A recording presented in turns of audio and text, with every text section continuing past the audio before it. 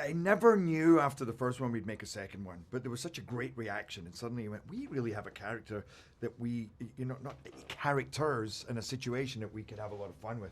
The second one, we went in a whole different direction, and that was a big success too. And then you thought, well, where else can we take it? Because I totally get the joke of what Tokyo has fallen, Paris has fallen, but that what if the angel himself, the guardian angel, has fallen, and then it's a much kind of deeper, more personal journey. But you can also have twice the action because it's not just good guys against bad guys. It's one guy who's fighting the good guys and the bad guys. So wherever he goes, shit's gonna happen.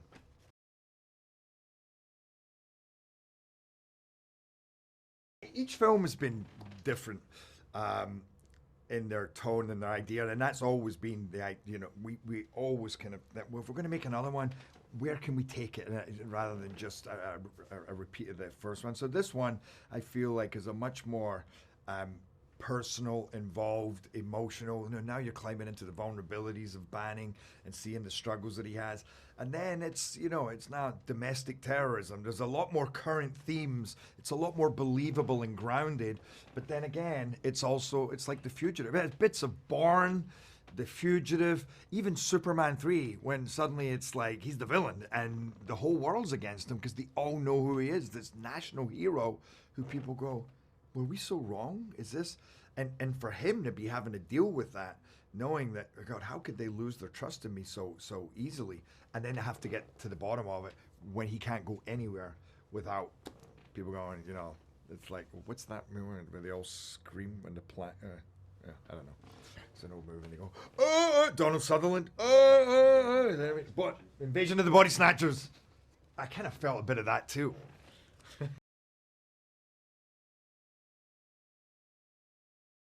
So I watched Shot Caller, that Rick Roman Waugh directed. In fact, I met Rick 10 years ago. First movie I produced was Law Abiding Citizen.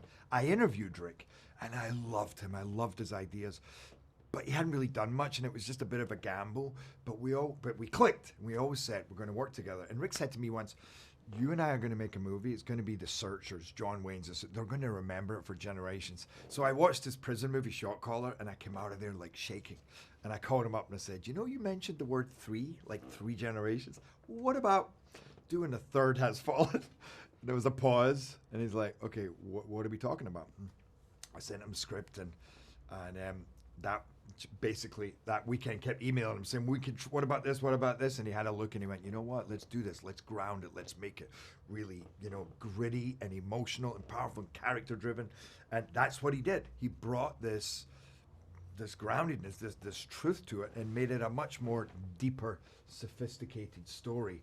But yet at the same time, he's a stunt guy, and that's what his world is. But he's a stunt guy who thinks on the deepest level. It's all about the subtleties of relationships, and not scared to go there. So we would just sit and talk about themes and what I've been through in my life, what he's been through in his life, the people that he knows, and he's very connected with people and with a lot of soldiers, a lot of special forces, and he goes into their minds so deeply and their pain and their struggles and their wins, and so that you really feel that in this movie. You have a fun ride, but it's very touching as well.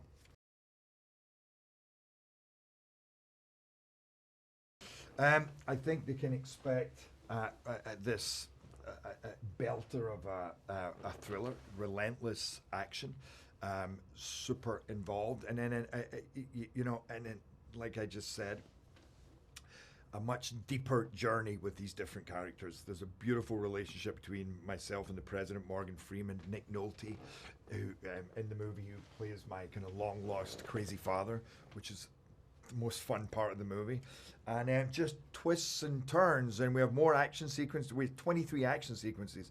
That's twice as many as we had in London. So I think you get more personality and more action.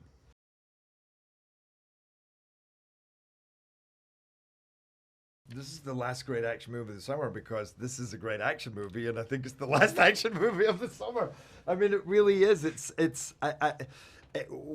been a fun summer of big Marvel movies, but they're comic book movies, and now a chance to see. It was like when Olympus came out it surprised everybody, I think, because even though it was a bit insane, there was still this kind of groundedness in the insanity. This is even more grounded, but I feel like it's going to take people by surprise. That's what I'm hearing, everybody that comes in. Because you think a third one, yeah, it's going to be. But everybody that's coming in is like, dude, I love this.